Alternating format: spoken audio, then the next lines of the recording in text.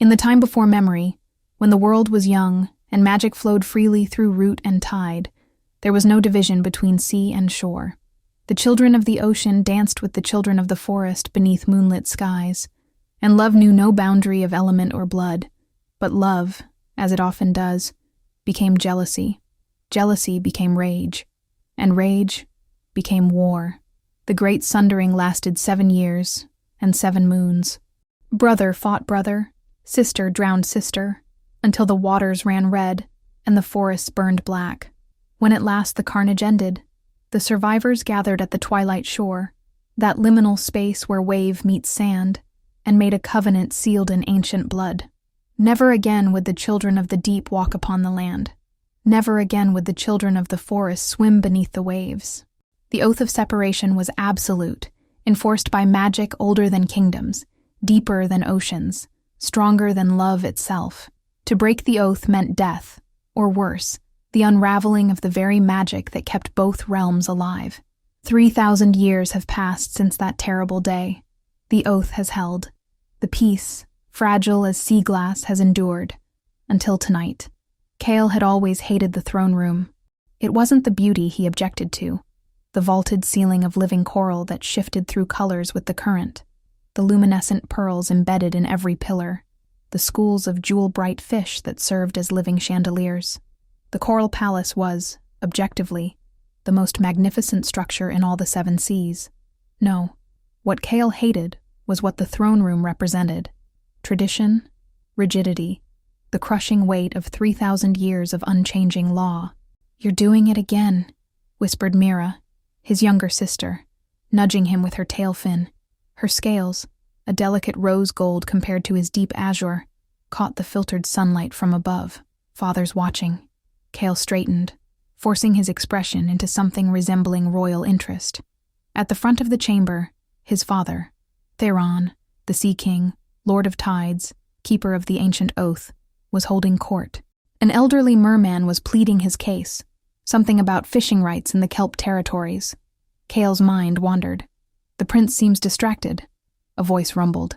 His father's chief advisor, Mordrin, whose tale was as gray as his ambition was dark. "Perhaps he finds the concerns of his future subjects beneath him." The courtier's murmurs rippled through the water like disturbed sand. "Not at all," Kyle replied smoothly, though his jaw tightened. "I was merely contemplating how many generations have brought the same dispute to this throne, and how many more will continue to do so if we never question whether there might be a better way." Theron's eyes, the same storm gray as Cale's own, narrowed dangerously. "The old ways have kept us safe for 3 millennia, my son. Perhaps when you wear the crown, you will understand the wisdom in continuity." "If I wear the crown," Cale thought, but did not say. "If I don't swim away one night and never return." The thought came more frequently these days.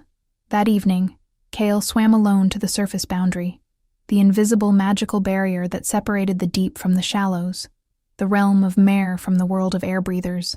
It was forbidden to cross it, of course. But Kyle had been coming here since adolescence, drawn by a fascination he couldn't name. Tonight, the water above was turbulent. Through the shifting curtain of waves he could see the moon, full and enormous, painting the surface silver, and something else, the dark silhouette of a ship, sails billowing in winds that seemed almost alive with malice. Kyle watched, transfixed, as the storm intensified with unnatural speed. Lightning split the sky, once, twice, 3 times in rapid succession. The thunder reached him even beneath the waves, a bone-deep rumble that made his scales prickle. No natural storm moves like that. The ship lurched violently. Even from below, Cale could hear the screaming, high and desperate, the sound of terror that transcends species. He saw figures moving on deck, trying frantically to save their vessel. Then the mainmast cracked with a sound like the world breaking, and the ship began to founder. Bodies hit the water. Kyle's heart hammered against his ribs. The oath, the law, the absolute prohibition that had governed his entire existence screamed at him to swim away, to let the air-breathers face their fate as they had for 3,000 years. But then he saw her. She was sinking fast, tangled in ropes and sailcloth, her long dark hair a cloud around her face. Even unconscious, even drowning, there was something about her that seized him, a recognition that made no sense, a pull deeper than the tide. His body moved before his mind could object. Cale shot upward, breaking through the surface boundary. The magic crackled against his skin like lightning, a warning and a condemnation. He ignored it. His powerful tail propelled him through the churning water to where the woman drifted downward, her mouth slightly open, the last bubbles of air escaping her lips. He grabbed her around the waist, feeling the strange solidity of her legs, the alien warmth of her skin even through wet fabric. She didn't respond. Cale tore at the ropes binding her, his claws making quick work of the hemp, and kicked hard for the surface. They broke through together. Rain hammered down, and the storm raged, but Cale barely noticed. He kept the woman's head above water, supporting her weight easily, and began swimming for the nearest shore, a rocky beach he'd observed many times from below, but never touched. The moment his hands met sand and stone, another wave of magic crashed over him, stronger this time, burning. The oath recognized what he'd done. The violation was complete. Cale dragged the woman onto the beach, far enough that the tide couldn't reclaim her. Only then did he truly look at her face. She was young, perhaps 20 in human years, with strong features that spoke of both nobility and wildness. Even pale and unconscious, she was striking, but it was something else that made Cale's breath catch. There was a mark on her collarbone, partially hidden by her torn dress, a birthmark, or perhaps a tattoo, in the shape of a crescent moon. He'd seen that symbol before, in the ancient text in the palace library. It was the mark of the Alpha bloodline, the ruling family of the northern werewolf clans. By the deep currents, Cale whispered. What have I done? The woman's chest wasn't moving. Without thinking, Cale pressed his hands to her ribcage and pushed, the way he'd seen mere healers do with drowning victims. Water gushed from her mouth. He pushed again, harder, desperation rising in his throat. Breathe, he commanded. Breathe, damn you! She gasped, choked, and her eyes flew open. They were gold, pure, luminous gold, like captured sunlight, like nothing he'd ever seen. For a moment they simply stared at each other.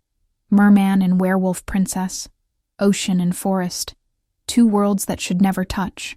Then recognition flared in those golden eyes, along with something else, the same impossible, inexplicable knowing that Cale felt burning in his own chest. You, she whispered, her voice raw. I dreamed about you. Before Cale could respond, before he could process those words or the way they made his heart race, voices echoed across the water. Torches, searchers from the wreck, or perhaps from the shore. He had to go. Hide, he told her urgently. There's a cave, just beyond those rocks. Hide until the searchers pass, until the storm ends. Don't tell anyone what you saw. Please. She nodded, still staring at him with those impossible eyes. Cale pushed backward into the surf, feeling his tail reform beneath him as the water rose to his waist. Wait, she called out. What's your name? He shouldn't tell her. Every instinct of royal training screamed against it, but with those golden eyes fixed on him, he found he couldn't lie. Cale, he said. Prince Cale of the Coral Throne. A strange smile touched her lips despite her ordeal. Lyra, she replied. Princess Lyra of the Northern Pax. She paused, then added softly, Thank you for my life, Prince Cale. I won't forget it. Then Cale dove beneath the waves, and the ocean swallowed him whole. Cale didn't return to the palace immediately.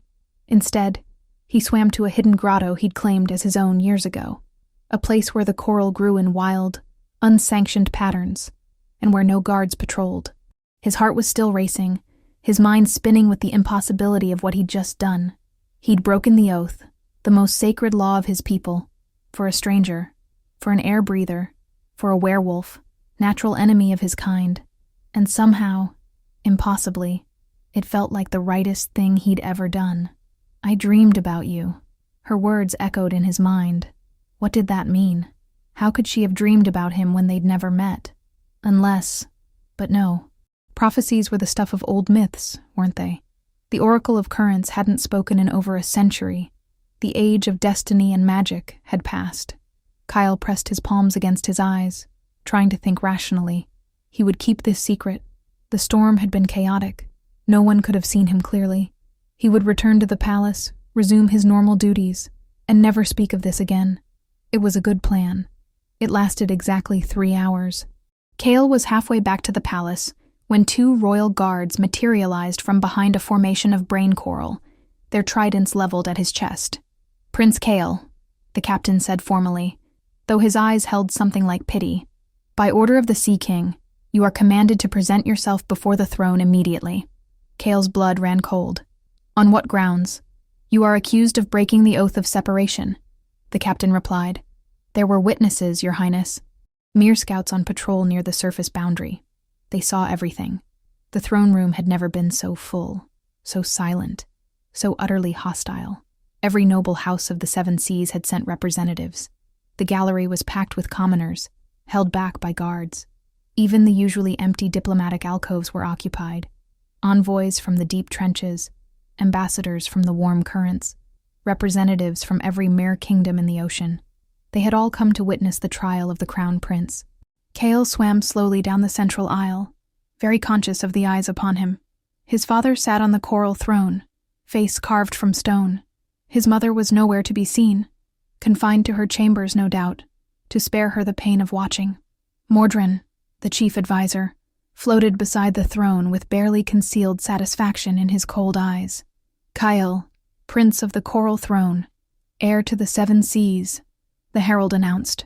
"You stand accused of the gravest crime in Mer law, willful violation of the oath of separation. How do you answer?" Every legal instinct told Kale to deny it, to demand proof, to fight. Instead, he raised his chin and met his father's eyes. "Guilty," he said clearly. "I saved a drowning human. I would do it again." Chaos erupted. Shouts, accusations, demands for immediate execution. The herald had to strike his staff against the floor 3 times before order was restored. Theron's face had gone white. "You confess? Just like that? Do you have any idea what you've done?" "I saved a life," Kale replied. "That's what I've done." "You've endangered both our worlds," Mordrin interjected, swimming forward. "The oath exists for a reason, boy. It's not mere tradition. It's the magical covenant that keeps the realms separate, that prevents another war. When the oath is broken, the magic weakens. And when the magic weakens..." He let the implication hang. "Then perhaps," Kyle said quietly, "it's time for a new kind of magic. One not built on fear and separation." The silence that followed was absolute. Theron rose from his throne, and Kale had never seen his father look so old, so tired. "I should execute you where you float," the Sea King said, his voice heavy with something that might have been grief. "The law demands it. Tradition demands it. Every precedent we have demands it." "Then do it," Kyle said, though his heart hammered. "If the price of doing what's right is death, then I'll pay it. There is another option." Mordrin's voice was silk over steel. An ancient clause in the oath, rarely invoked. The law of custodial binding. If the prince takes responsibility for the surface dweller he saved, if he brings her here, keeps her contained, ensures she speaks to no one of what she saw, the violation might be contained. Kyle's eyes narrowed. "You want me to kidnap her? To make her a prisoner?" "Better than war," Mordrin replied simply. "And better than your execution, I would think." Theron closed his eyes. When he opened them again, they were hard as flint. "You have 1 week, Kale. Bring the woman to the palace, or face execution for treason against the entire Mer race. Choose." Kale looked at his father, at the court, at the future that was crumbling around him like ancient coral. Then he thought of golden eyes, and a voice saying, "I dreamed about you. I'll bring her," he said. "But I do this my way." Theron waved a hand in dismissal, already looking away. "You have no way anymore, my son. You have only 7 days." As the guards escorted Kyle from the throne room, he caught sight of his reflection in the polished pearl of a pillar. A prince without a future, bound to a stranger he'd seen for mere minutes, caught between 2 worlds that wanted nothing more than to remain forever apart. The oath had held for 3,000 years. Kale had shattered it in a single night, and somehow, impossibly, he couldn't bring himself to regret it. The cave Kyle had directed Lyra to was actually a hidden entrance to a network of grottos that connected to the underwater realm, accessible from both land and sea. It had taken him 3 days to find her there, weak and feverish from her ordeal, surviving on rainwater and the meager fish she'd managed to catch with her bare hands. She'd fought him at first, when he emerged from the pool at the cave's center. Even weakened, she was formidable, her wolf instincts lending her strength and speed that surprised him. But she was no match for a merman in his element, and eventually, exhausted, she'd collapsed in his arms. "I'm sorry," Cale had whispered, as he carried her down into the depths, using ancient magic to create a bubble of air around her head. "I'm so sorry." Now, 5 days after the shipwreck, Lyra stood in a crystal chamber deep within the Coral Palace, staring at him with those burning gold eyes, her fury palpable in the magical air pocket Cale maintained around her. "A prisoner," she said, her voice tight with controlled rage. "You saved me from drowning only to make me a captive in a palace of water. How noble, Prince Cale." The chamber was beautiful. Cale had insisted on that. Coral furniture that seemed to grow organically from the floor, luminescent algae that provided soft light, even a small garden of sea anemones that swayed hypnotically in the current. But beauty didn't change what it was. A cage. "It's not that simple," Cale began. "It's exactly that simple," Lyra snapped, pacing the confines of her air bubble. "My father will think I'm dead. My people will mourn me. And I'm trapped here in your underwater prison because you couldn't just let me drown like you were supposed to." The words stung more than Cale expected. "Would you have preferred that? Should I have left you to sink?" Lyra stopped pacing, her shoulders sagging. When she spoke again, her voice was quieter, more complex. "No, I don't wish I'd died, but I don't understand why you saved me, only to imprison me. What kind of salvation is this?" Kyle moved closer to the edge of her air bubble, the magical membrane shimmering between them. "The kind that keeps us both alive," he said. "My people wanted me executed for breaking the oath. This was the compromise. Bring you here, ensure you tell no one what you saw, prove the violation can be contained. And what happens when they decide I'm too much of a risk? When your father decides the easiest solution is to let this bubble collapse? That won't happen." Kyle's voice was fierce. "I won't let it. You can't promise that." "No," Kyle admitted. "But I'm asking you to trust me anyway." Lyra laughed, sharp and bitter. "Trust the man who kidnapped me? Trust the man who saved you," Kyle countered. "Trust the man who risked everything, his crown, his life, his entire world, because something told him you were worth it."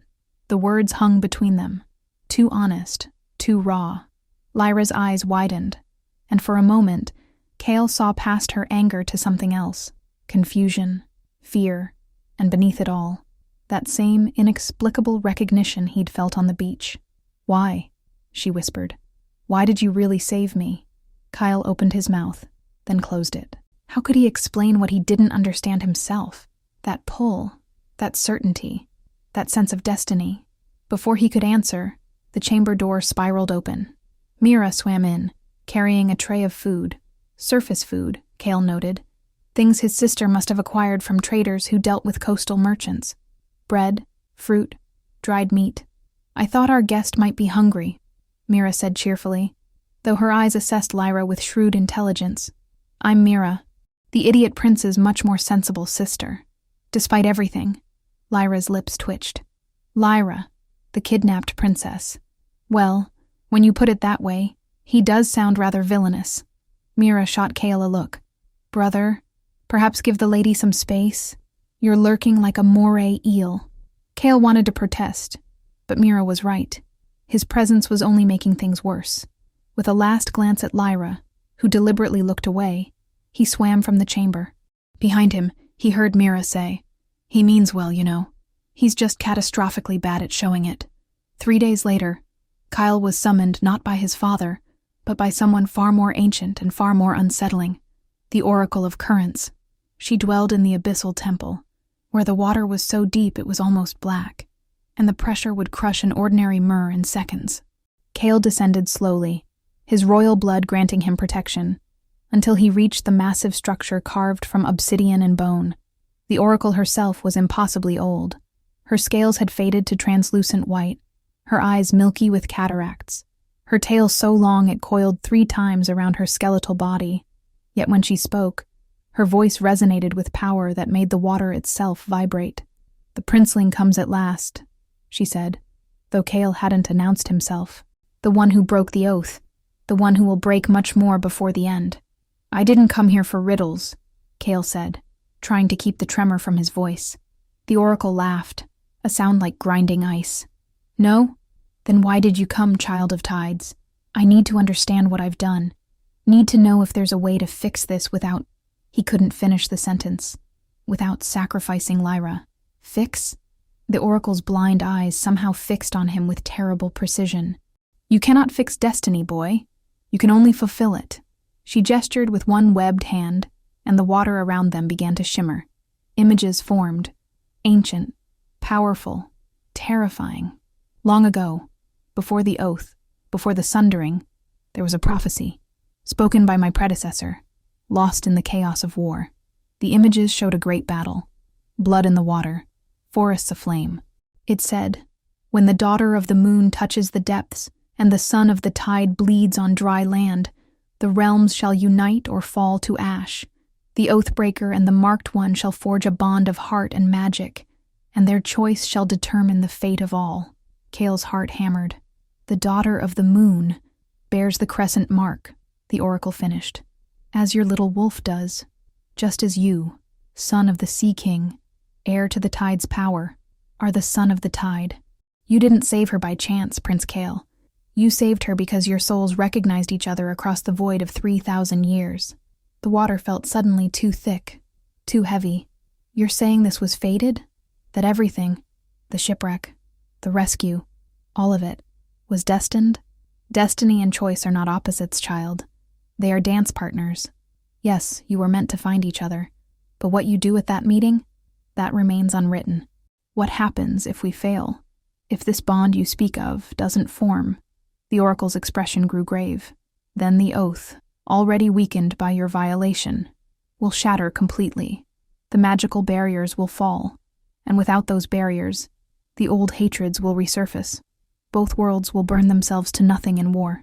And if we succeed, if this bond forms, then a new covenant might be forged. One built not on separation, but on unity, on love powerful enough to rewrite ancient magic. The oracle's milky eyes gleamed. But such a bond requires sacrifice, Prince Kyle. More than you can possibly imagine. Are you prepared for that? Kyle thought of Lyra's golden eyes, her fury, her strength. Thought of the pull he felt toward her. Inexplicable and undeniable.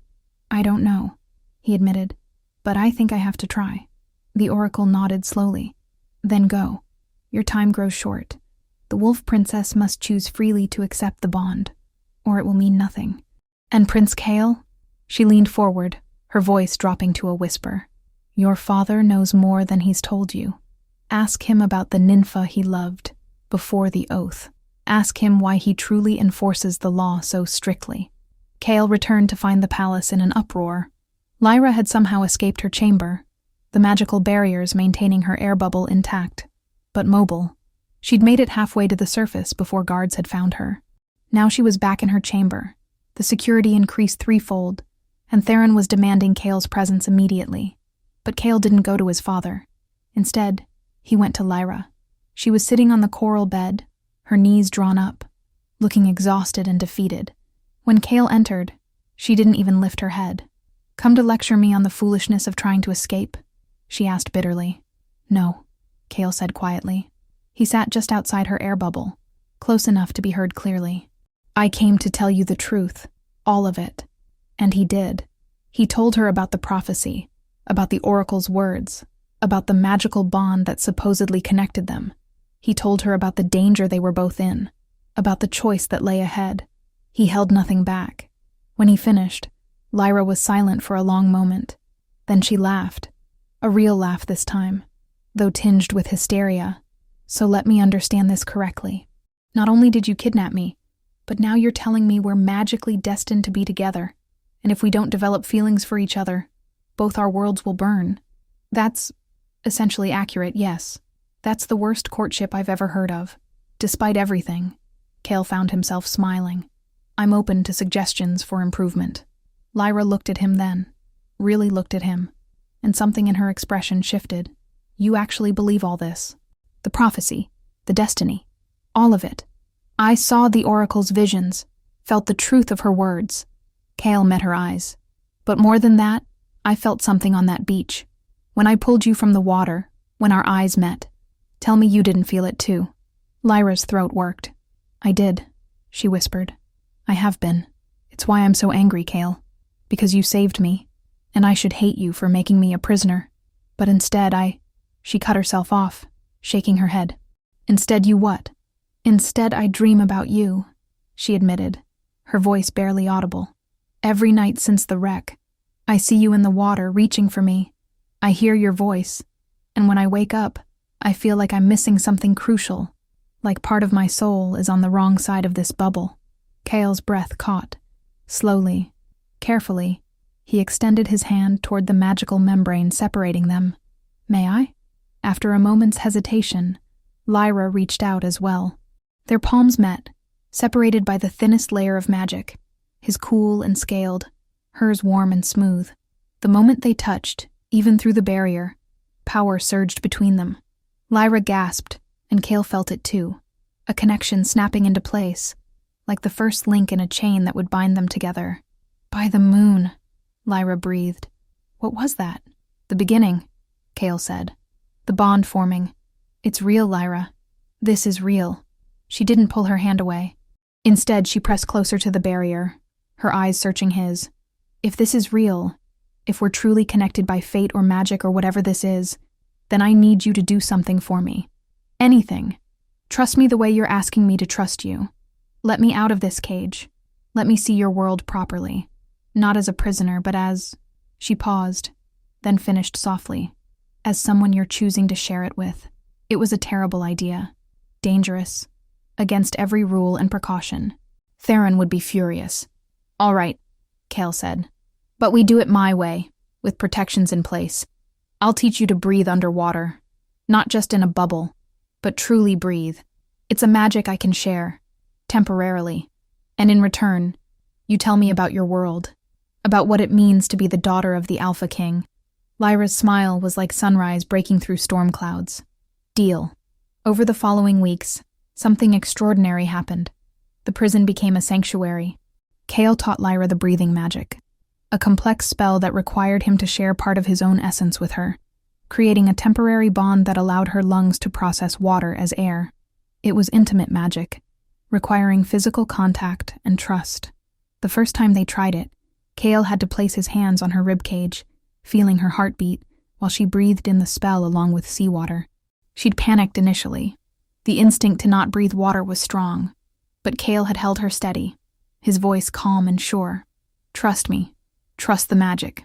Trust yourself. And she had. That first breath of water had felt like drowning and flying simultaneously, but it had worked. After that, everything changed. Lyra could leave her chamber, explore the palace, swim through the gardens, always supervised, always with Kale nearby, but no longer caged. She was fascinated by everything.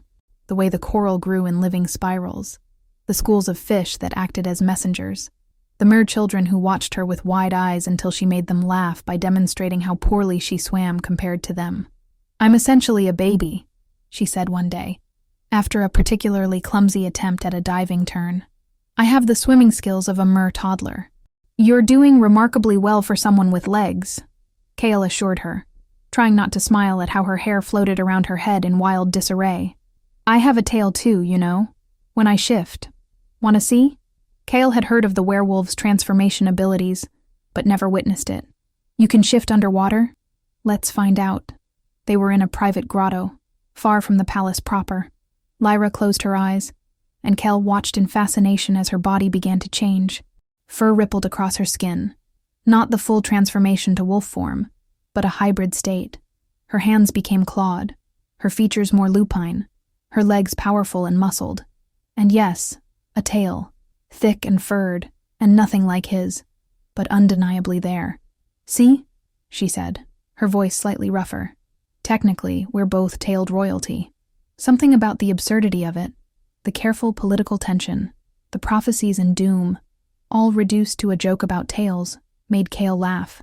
Really laugh, for the first time in weeks. Lyra joined in, and for a moment, they were just two people finding joy in each other's company. But the moment couldn't last. It was Mira who discovered it. Whispers of a conspiracy among the hardline traditionalists, led by Mordrin. They planned to use Lyra not as a diplomatic hostage, but as a sacrifice. The abyssal ritual, an ancient and dark magic, could use the blood of an oathbreaker and his accomplice to strengthen the oath permanently, sealing the realms apart forever. They're planning it for the next full moon, Mira told Kael urgently, in the safety of his private chambers. Mordrin has convinced a faction of the council that it's the only way to prevent war. They think if they act without Father's knowledge, he'll have no choice but to accept it afterward. Kael's blood ran cold. Does Father know? I don't think so. But Kyle, there's more. Mira's face was grave. I found old records, from before the oath. Father had a lover, a forest nymph named Alethea. They were going to bond, to try to unite the realms peacefully. But when the war started, she was killed in one of the first battles.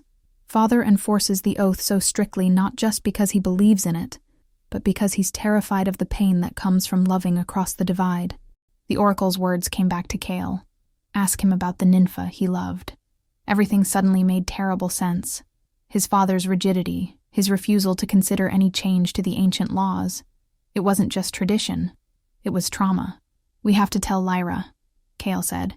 We have to plan an escape.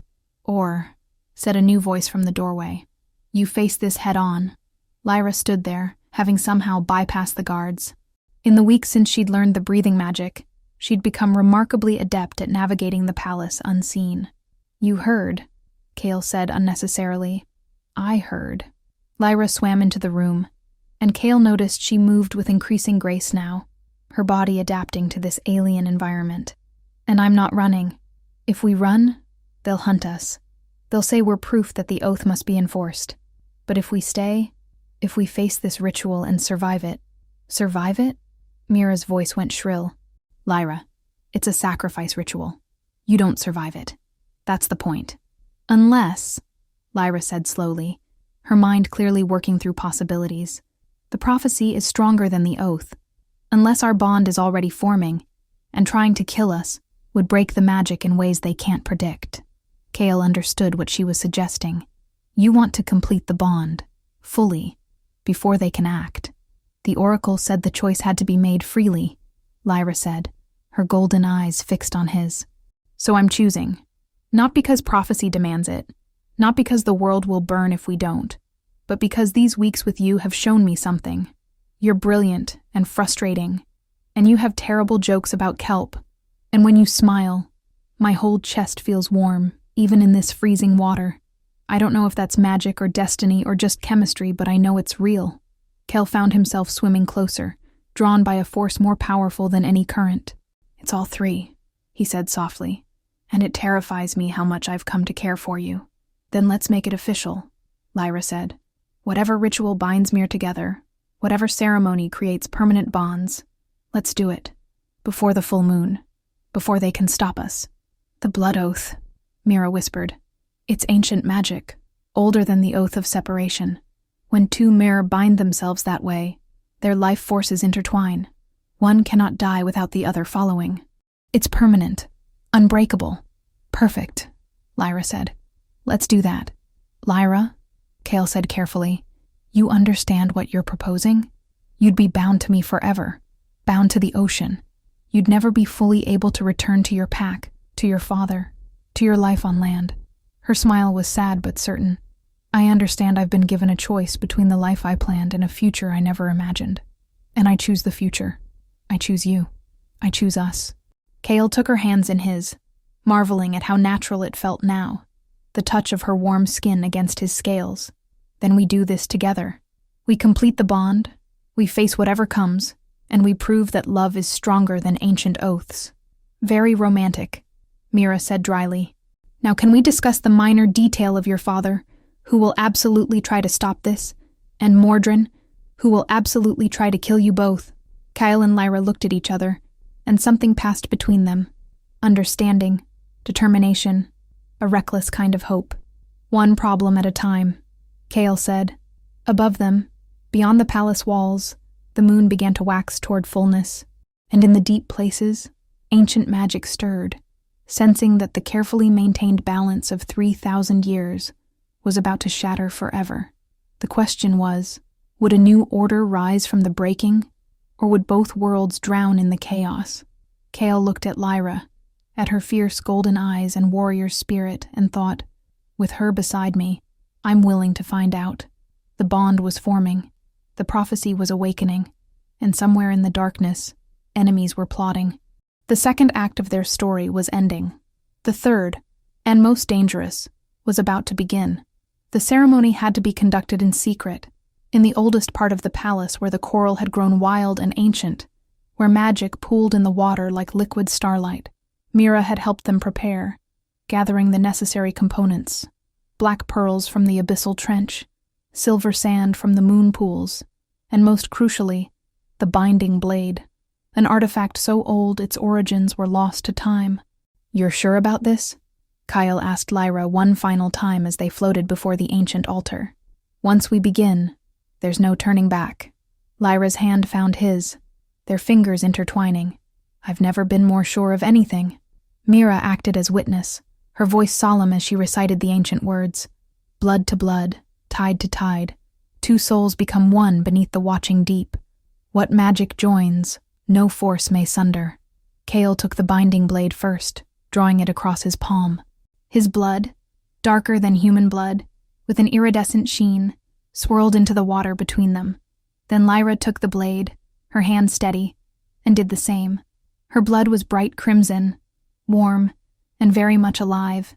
The two streams of blood met in the water, and instead of dispersing, they began to spiral together, forming patterns that glowed with increasing intensity. Kale and Lyra pressed their cut palms together, and the moment their blood touched, power exploded through them both. Lyra gasped, her back arching. Kyle felt it too, a searing pain that gave way to something profound and overwhelming. He could feel her heartbeat as if it were his own, could sense her emotions, her thoughts, the fierce love and terror and determination that filled her. And she could feel him too. He knew it from the way her eyes widened, golden meeting gray. "I feel you," she whispered. "Inside me, part of me, and I you," Kale managed. The bond was settling into place like a key in a lock, like something that had always been meant to be. "We're connected now, truly connected." The glowing pattern of their mingled blood suddenly shot outward, forming a sphere of light around them that grew brighter and brighter, until Mira had to shield her eyes. Then, just as suddenly, it imploded back into their joined hands and vanished. Silence. Kale and Lyra stared at each other, both breathing hard despite the water around them. The bond thrummed between them, a living thing, unbreakable. "It's done," Mira said, her voice filled with awe. "You're bonded. I can see it. There's a silver thread connecting your souls. By the deep currents, I've never seen anything like it." Before they could celebrate, a cold voice cut through the water. "No, neither have I. How touching. And how treasonous." Mordrin emerged from the shadows, accompanied by a dozen guards. His gray eyes glittered with malice. "Did you truly think you could perform forbidden magic in the heart of the palace without being detected? The wards alerted the council the moment you began." Kyle moved instinctively to shield Lyra, but she swam forward to stand beside him instead. "Partners, not protected and protector. The blood oath isn't forbidden," Kyle said, though his heart sank. "It's ancient, but it's legal. Between Mayor, yes," Mordrin agreed. "But with a surface dweller? With the very creature whose presence here violates the oath of separation? That's another matter entirely." He gestured, and the guards moved forward. "You're both under arrest. The execution will take place at dawn." "On whose authority?" Mira demanded. "The Council of Tides has voted. Your father, Prince Kale, has been overruled. The majority agrees. The infection must be cut out before it spreads." Mordrin's smile was cruel. "Though I confess, bonding yourselves so completely does make things tidier. Kill one, and the other dies as well. Two traitors with one stroke." They were separated immediately.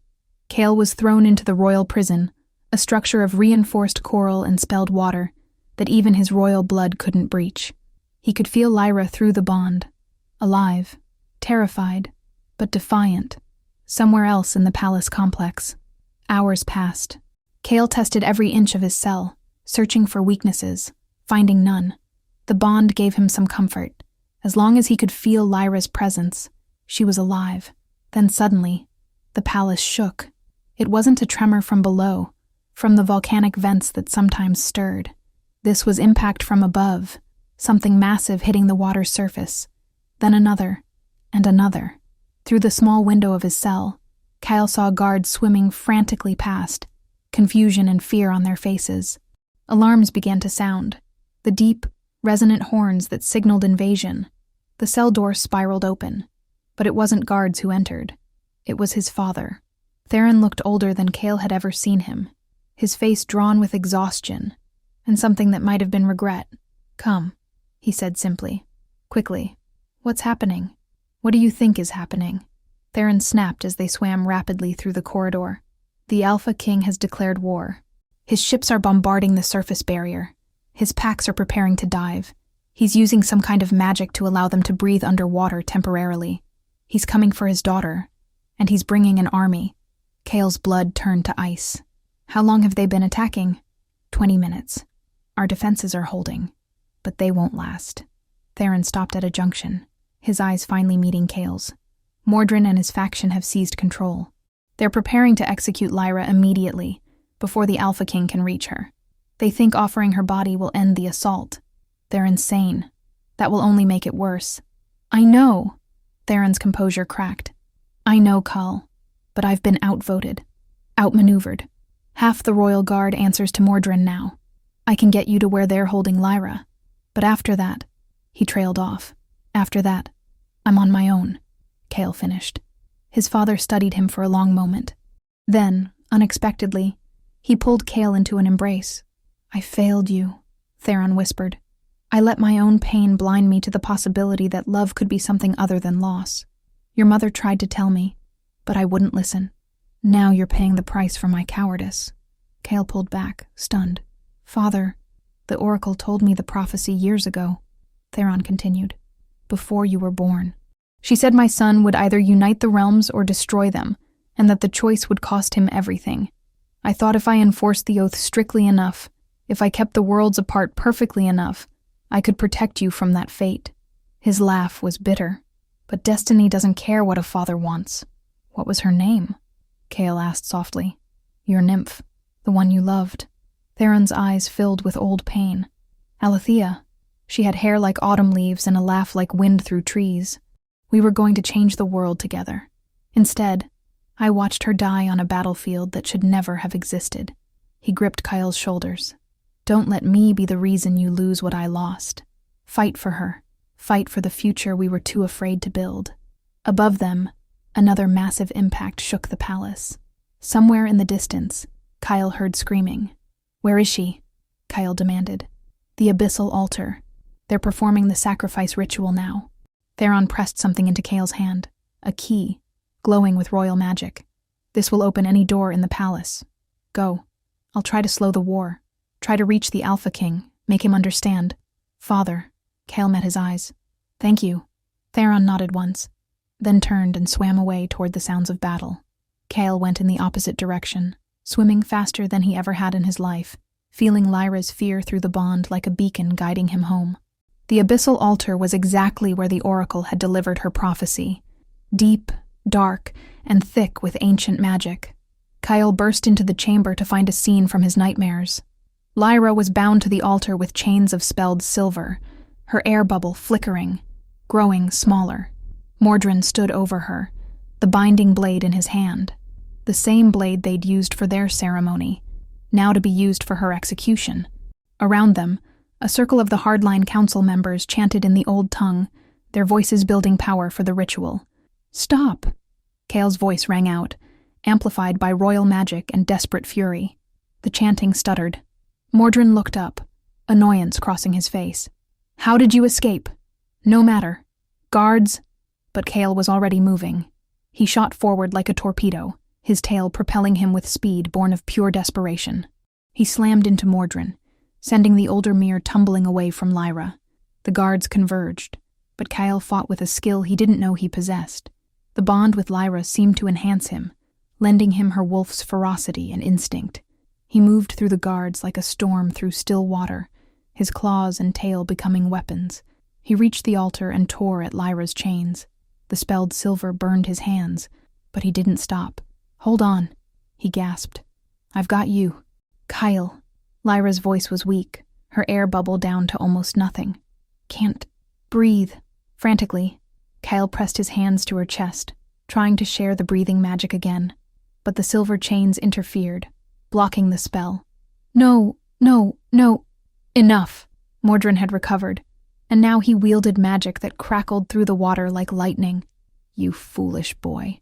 You've doomed us all for a pretty face and a prophecy you don't understand." He raised his hands, power gathering. "The ritual will proceed. Your bond makes it even more potent. When she dies, you die, and both your bloodlines end. The oath will be sealed forever." The magic lashed out, but before it could strike, a new voice thundered through the chamber. "You will not touch my daughter." The far wall of the chamber exploded inward in a cascade of stone and water, and through the breach came wolves, massive, powerful, breathing water as if it were air, their eyes glowing with borrowed magic. Leading them was a man who was clearly Lyra's father. The Alpha King was enormous even in his human form, built like a warrior god, with Lyra's golden eyes and an aura of command that made even the Mer guards hesitate. Behind him came more, an entire pack, moving through the water with unnatural ease, clearly aided by powerful enchantments. And riding on the back of the largest wolf was a figure Kyle recognized from descriptions, the Forest Queen, ancient and terrible, her magic allowing the wolves their impossible assault. "Father!" Lyra's cry was weak but joyful. The Alpha King's eyes found his daughter, chained and gasping, and his face transformed into something terrifying.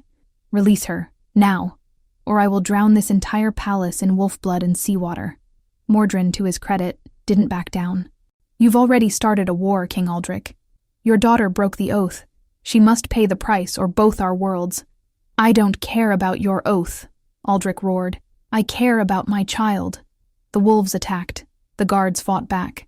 The chamber erupted into chaos. Fur and scales, claws and teeth, magic crackling through water thick with violence. Kyle used the distraction to finally break through the silver chains. They shattered under a combination of his strength and the bond's power, and Lyra collapsed into his arms. Her lips were blue, her eyes fluttering closed. "No," Kale whispered. "Lyra, stay with me. Stay with me." He pressed his mouth to hers, breathing for her, sharing not just air, but his very life force through the bond. Come back to me." For a terrible moment, nothing happened. Then Lyra gasped, water flooding into her lungs, and the breathing magic caught. She coughed, choked, then began to breathe properly, her eyes snapping open. "Kyle," she managed. "You came. Always," he promised. "I'll always come for you." Around them, the battle raged. Mere guards fought werewolves in an underwater melee that should have been impossible. Blood, both red and iridescent, clouded the water. Magic crackled and exploded.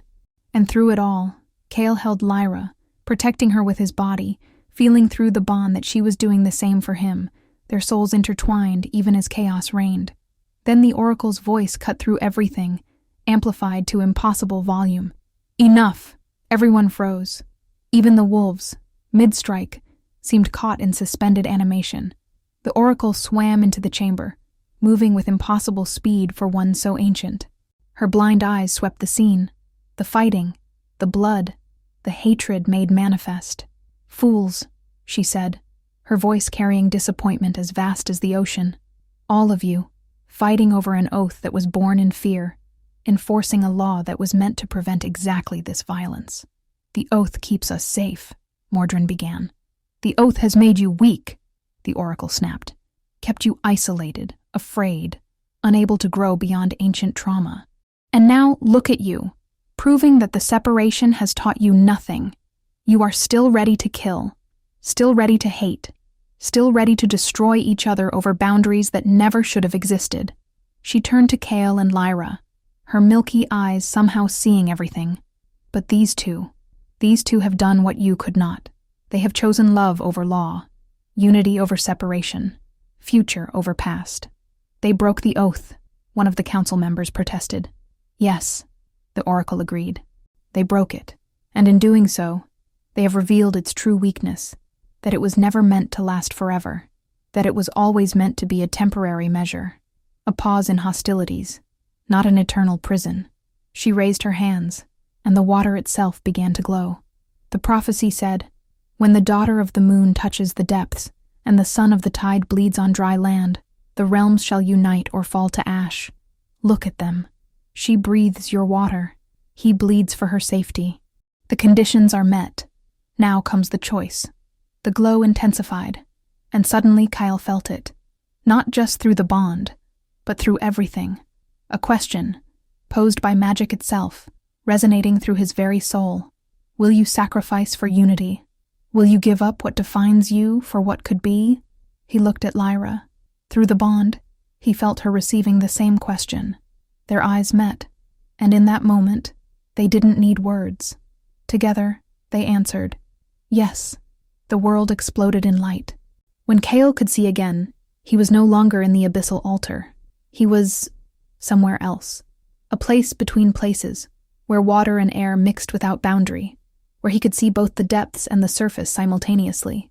Lyra was beside him, her hand in his. They were floating, in a space that defied physics and logic. "This is the heart of the oath," the oracle's voice echoed around them, though she herself was not visible. "The magical core of the covenant that has separated your worlds. To break it, to forge something new, you must each sacrifice what makes you who you are." "What does that mean?" Lyra asked, though Kale suspected she already knew. He certainly did. He could feel it in his bones, in his scales, in the very essence of his being. "For you, son of the tide, your tail, your gills, your claim to the coral throne, your very nature as a merman. And for you, daughter of the moon, your pack bond, your full transformation, your rightful place as alpha heir, your identity as a wolf. You will become something new," the voice continued. "Something between, neither fully of land nor sea, but of both. Hybrids, the first of a new kind, and you will never fully belong to either world again." The weight of it crashed over Kale. To give up his tail, the part of him that had defined his entire existence. To lose his place in the succession, his identity as mere royalty, to become something other. He looked at Lyra and saw the same struggle on her face. Her pack was everything to her people. To lose that connection, to give up her wolf's full power, to become something her father's people might view as lesser. "I'll do it," Lyra said suddenly, her voice steady despite the tears streaming down her face. "If it means peace, if it means no more children die in pointless wars, if it means a future where love isn't punished by ancient laws, I'll do it." "As will I," Kyle added, squeezing her hand. "Together?" "Together," Lyra agreed. They stepped forward into the heart of the light. The pain was indescribable. Kyle felt his tail splitting, reforming, bone and muscle and scale becoming something else entirely. His gills burned as they sealed, his lungs expanding to breathe both air and water through sheer magical adaptation. His scales didn't disappear entirely, but they receded, becoming something subtle, a shimmer across his skin rather than full coverage. Beside him, Lyra screamed as her wolf tore itself partially free from her soul. Not gone, but changed, diminished, integrated differently. Her connection to the pack bond unraveled like a rope cut strand by strand. They collapsed together, gasping, transformed. When Kale looked down at himself, he saw legs, human legs, but with traces of iridescence running up the muscles. His hands still had claws, but more subtle now. His hair, when he touched it, still had the texture of water, but fell in ways that weren't entirely myrrh. Lyra's transformation was equally dramatic. Her eyes remained golden, but her features had shifted, more angular, with a hint of the lupine even in human form. Her hands bore claws that wouldn't fully retract. And when she opened her mouth, her teeth were sharper than any human's. "We're," Lyra began. "Something new," Kale finished. "Not myrrh, not werewolf, but both and neither." The light pulsed once more, then exploded outward, carrying them with it. They crashed back into the abyssal altar, but everything had changed. The water felt different, lighter, easier, and when Kale looked around, he saw that the magical barrier that had kept the chamber sealed was dissolving like mist in sunlight. The fighting had stopped. Every mare, every wolf stood frozen, staring at Kale and Lyra with expressions of shock and awe. "The oath," Mordrin whispered, his face pale. "I can't feel the oath anymore." "That's because it's gone," the oracle said, swimming, or was she walking, into the chamber, broken, unmade, sacrificed on the altar of two souls brave enough to become something new. The Alpha King moved forward slowly, his massive form suddenly uncertain. "Lyra, daughter, is that you?" "Yes, father," Lyra said, and her voice was different too, carrying harmonics that spoke of both wolf and ocean. "It's me. Changed, but still me." Aldrich reached out, touched her face with wonder. "What have you done?" "What needed to be done," Lyra replied. "What you and the Sea King were too afraid to do 3,000 years ago." At that moment, Theron swam into the chamber, accompanied by Mira. The Sea King took in the scene, his son, transformed, the missing barrier, the wolves breathing water, the complete absence of the oath's presence in the magical currents. "The prophecy," he said, his voice filled with something between grief and relief. "It's fulfilled. The oath is broken. And in its place," the oracle said, "something new can grow, if you let it." Kale stepped forward, still unsteady on his new legs, but determined. "Father, King Aldrich, the oath that separated our worlds was born in fear and pain. It served its purpose. It gave everyone time to heal, time to step back from the brink. But it's been 3,000 years. Generations have lived and died under its shadow. Isn't it time to try something different? You ask us to simply forget," Mordrin spat, "to ignore 3 millennia of tradition. I ask you to remember why the tradition existed," Kale interrupted. "To prevent war, to save lives. But look around you. The oath didn't prevent this. Fear and hatred found a way despite all our precautions.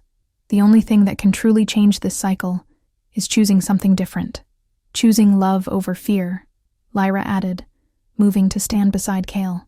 Their hands found each other naturally, choosing unity over separation, choosing to believe that we can be better than our ancestors' worst moments. Silence filled the chamber. Then, unexpectedly, it was Theron who spoke. "I loved a nymph once," he said, his voice carrying to every corner.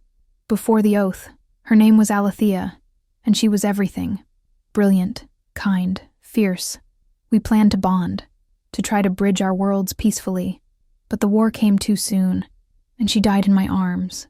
And He paused, emotion thick in his voice. "I let my grief make me a coward. I enforced the oath not because I believed in it, but because I couldn't bear the thought of anyone else suffering as I had. But all I did was ensure that suffering in a different form." He swam to Kale and Lyra, placed a hand on each of their shoulders. "My son has done what I could not. He has chosen love despite the cost. He has paid a price I was never brave enough to pay. And if he can sacrifice his very nature for peace, then the least I can do is support the future he's trying to build." Theron turned to Aldrich. "King of Wolves, we have been enemies by default for 3,000 years. Perhaps it's time we tried being neighbors instead." Aldrich looked at his daughter, changed, hybrid, no longer fully his in the way she had been. Kale saw the Alpha King's throat work, saw him struggling with the same loss Theron had described. Then Aldrich's expression shifted into something that might have been a smile. "My daughter always was stubborn, said she'd change the world when she was just a pup. I suppose I should have taken her more seriously." He extended his hand to Theron, not in a fist, not in threat, but open, an offer. After a moment's hesitation, Theron took it. The two kings shook hands for the first time in recorded history, and something in the very fabric of magic seemed to sigh with relief. 6 months later, Kale stood on a beach he'd seen only once before, the place where he'd saved Lyra from drowning, where this entire impossible journey had begun. The beach looked different now. Where once there had been only sand and rock, there was now construction, the beginning of a settlement, a place designed for both mer and land dwellers, with structures that transitioned from underwater to above, with magic that allowed both peoples to coexist. They were calling it Tide Haven. the first truly integrated community in 3,000 years. It wasn't perfect. There were still tensions, still those on both sides who viewed the breaking of the oath as betrayal rather than liberation. Mordrin had been exiled but still had followers, and there were packs in the far north who refused to acknowledge Lyra's authority now that she was tainted by mermagic. But it was a start. "You're brooding again," Lyra said, emerging from the water with the easy grace she'd developed. Her pregnancy was just beginning to show, a small swell beneath her tunic that represented something unprecedented. No one knew quite what their child would be. Mer, wolf, human, all three. They would find out together. "Not brooding," Kale corrected, pulling her close. "Contemplating. There's a difference." You're contemplating how many diplomatic incidents you'll have to resolve today?" "Actually, I was contemplating how impossibly beautiful you are when you're threatening diplomats." Lyra laughed, the sound carrying across the water. "I didn't threaten anyone. I merely suggested that refusing to attend the treaty negotiations might be viewed as a hostile act. That's a threat, love. It's diplomacy." Kale pressed a kiss to her temple, marveling as he still did at the simple miracle of being able to touch her, hold her, love her freely. "Speaking of which, both our fathers are arriving today, together, for the signing. I'm aware. My father's bringing half the northern packs as an escort. Your father's bringing the entire Coral Court. It's going to be a disaster. Or," Kale suggested, "it's going to be the beginning of something amazing." Lyra tilted her face up to his, her golden eyes warm. "When did you become an optimist?" "When I pulled a drowning woman from a shipwreck and she turned out to be my soulmate." "That's revoltingly romantic." "You love it." "Tragically, I do." They stood together, hybrid and unique, belonging fully to neither world but at home in both, watching the sun set over water that no longer marked a boundary, but rather a bridge. In the distance, ships approached from the north, the wolf clans arriving. From below, Kale could sense through his remaining mermagic the approach of his father's delegation. Two worlds, coming together. It wouldn't be easy. The treaty they were about to sign was just words on paper, after all.